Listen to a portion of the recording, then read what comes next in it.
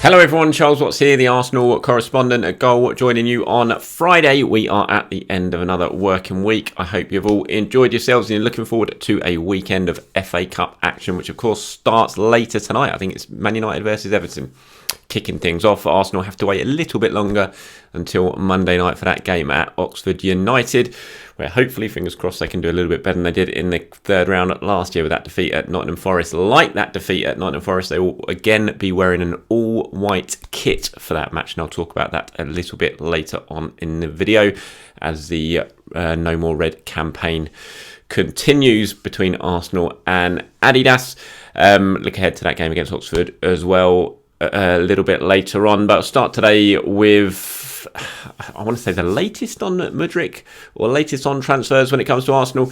I think the big thing that has happened in the last 24 hours or so is we know that Shakhtar Donetsk sporting director Dario Serna is over in London, and we saw him yesterday sitting in the director's box at Chelsea watching that game against Manchester City. City, of course, winning that one 1-0 to move within 5 points of Arsenal. I'll talk about that a little bit later on in this video as well. But the big thing, obviously, Serna being there, he was sat just a few seats away from Todd Boehly, the guy who is potentially going to be trying to get Modric to Chelsea rather than Arsenal. And it was very interesting watching that game last night. I think we all thought it when we saw it happen. Sterling goes off injured after about 2 minutes, and then Christian Pulisic goes off injured as well.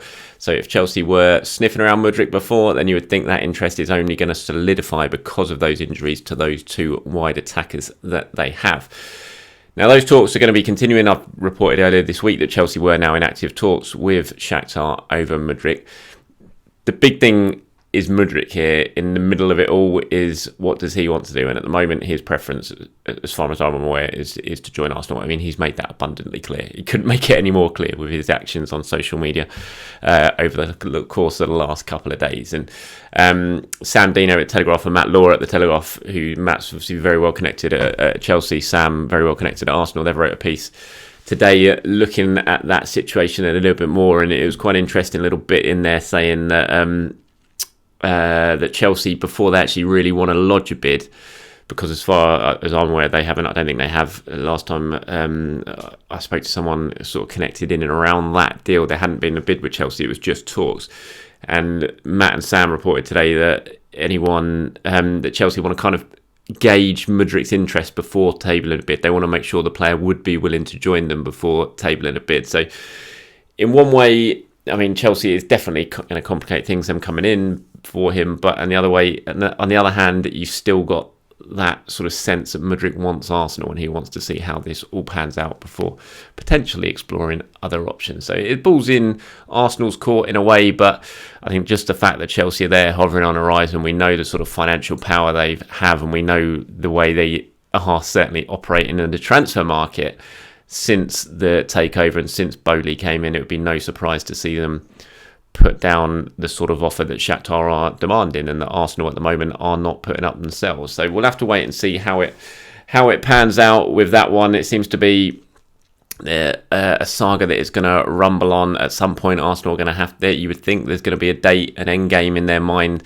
this month where they just think, you know what, if this isn't going to happen, let's call time on it and move on to other targets. Joao Felix continues to be heavily linked to a player that has been bandied around by his agent, who Atletico are more than willing to let go this month. And, you know, Jorge Mendes, his agent, has been talking to pretty much everyone. That's his job, to try and get Felix a move. And for Arsenal, for United, for Chelsea even, he would be an attractive option because he's a very, very good player, clearly. But it all just depends on which club is going to be willing to put down the sort of money that Atletico are asking for Felix, to effectively just borrow him on loan, because it doesn't seem like there's going to be any sort of obligation to buy at the end of that. So it's basically just borrowing him for however much money Atletico are demanding, and it appears that's an awful lot of money at the moment. So clubs are going to have to weigh up to see if that is worth it for a sort of 5-6 month loan deal for a player who's never played in England before. He's going to need time to adjust. Is it worth it? If he comes in and makes a big difference and helps Arsenal win the title, then 100% he was worth it. But again, it's all a bit, you just don't know, do you? Until the player arrives, you just don't know. I mean, I've said the same with Modric. I was on a podcast yesterday and last night, and I was talking about it, and I was just saying it that And I'm not saying that Arsenal are going to sign Wilfried Zaha here by any means. Trust me, I'm not. It was just purely hypothetical. But I was saying at this point of the season, at this stage of the season, in January, as we are right now, out of Mudryk, Felix and Zaha, which player would come in now and help Arsenal more in terms of finishing the season strongly? I think it would be Zaha, and that's not saying that he's better than those players. It's just because he absolutely knows the Premier League. He's adjusted to the Premier League, doesn't need any time to settle in, anything like that. He's in London already. He could come in, just hit the ground running and make an immediate impact. So if you're purely after a player who can help you win the league this season, then out of the three of those, I would say that Zaha is the most likely to do that. And again, that's not me saying that Arsenal are going to sign him or they're after him or anything like that. It's just thinking if the sole purpose of bringing in a player in January is to try and help you get over the line to win the league, then I'm not sure Mudryk or Felix are really the sort of players to do that, because of the whole time they're going to need to adjust to come into a new country and adjust into the Premier League. So we'll see. And to be honest, Arsenal aren't going to be entering this transfer window right now thinking we've got to sign someone who helps us win the league. They're in this transfer window looking at players for the long term who are going to come in and help them over the next 4 or 5 years. So it's not, I think for fans, you kind of look at it and think, who can come in and win us a league? But I think as a club, that's not how they're going to be approaching this transfer window. It's very much like, if we're going to sign someone, they have to strengthen our squad for the long term, and that's the way Arsenal operate in the transfer market nowadays. Sad news today, I've got to talk about this. Gianluca Vialli has been announced as passed away at the age of 58. Just horrible, tragic news. What a player Vialli was. I remember as a kid growing up, Italia 90, it was my first World Cup I can remember, and it just had me absolutely transfixed from the start. And Vialli was such a part of that. And obviously, it was Italia 90, he was in his home country, he was such a big part of that. And then you had Gazzetta that followed it, Football Italia on Channel 4, Gazzetta. It was just, Vialli was such a huge figure, not just in Italy, but around the world. He was just, he was a top level player at that time. His days in Juventus, him and Ravanelli, and he was fabulous. He came over to Chelsea and just made such a huge impact in the Premier League, first as a player, then as a manager. He won so much. And I never met him, but it just seemed like such a likeable character. And everyone who you hear speak about him as a person as well as a footballer, he was just such a gentleman, such a nice guy, had time for everyone, and just such a huge footballing figure. So it was so sad to see the news announced today of his death at just 58 after a battle with cancer. And real shame, and best wishes obviously to him and his family and to everyone who knew Vialli. And it's a sad day for Chelsea, sad day for the Premier League, sad day for everyone connected with English football and Italian football and just football as a whole, because he was such a lovable, likeable character and such a huge talent, and made such a mark in the footballing world. So rest in peace, Gianluca Vialli. As I said, the No More Red campaign is back, so Arsenal will be wearing all white on Monday in the FA Cup third round against Oxford. We saw them do it last season in the third round away at Nottingham Forest. It's all part of this big campaign, sort of trying to keep that it's been run with Arsenal football in the community and with Adidas to try and basically keep young kids in and around the London area, the local area, out away from knife crime, and to try and prevent it. And it's a fantastic campaign. Everyone's involved at Arsenal, and the big launch again, sort of ahead of the Oxford game, was today. You see the pictures on the website, and go and read more about it on the club website. It's a little bit different today, and this one compared to last season, because last season the kit was basically unavailable. It was just the players wore it and that was it.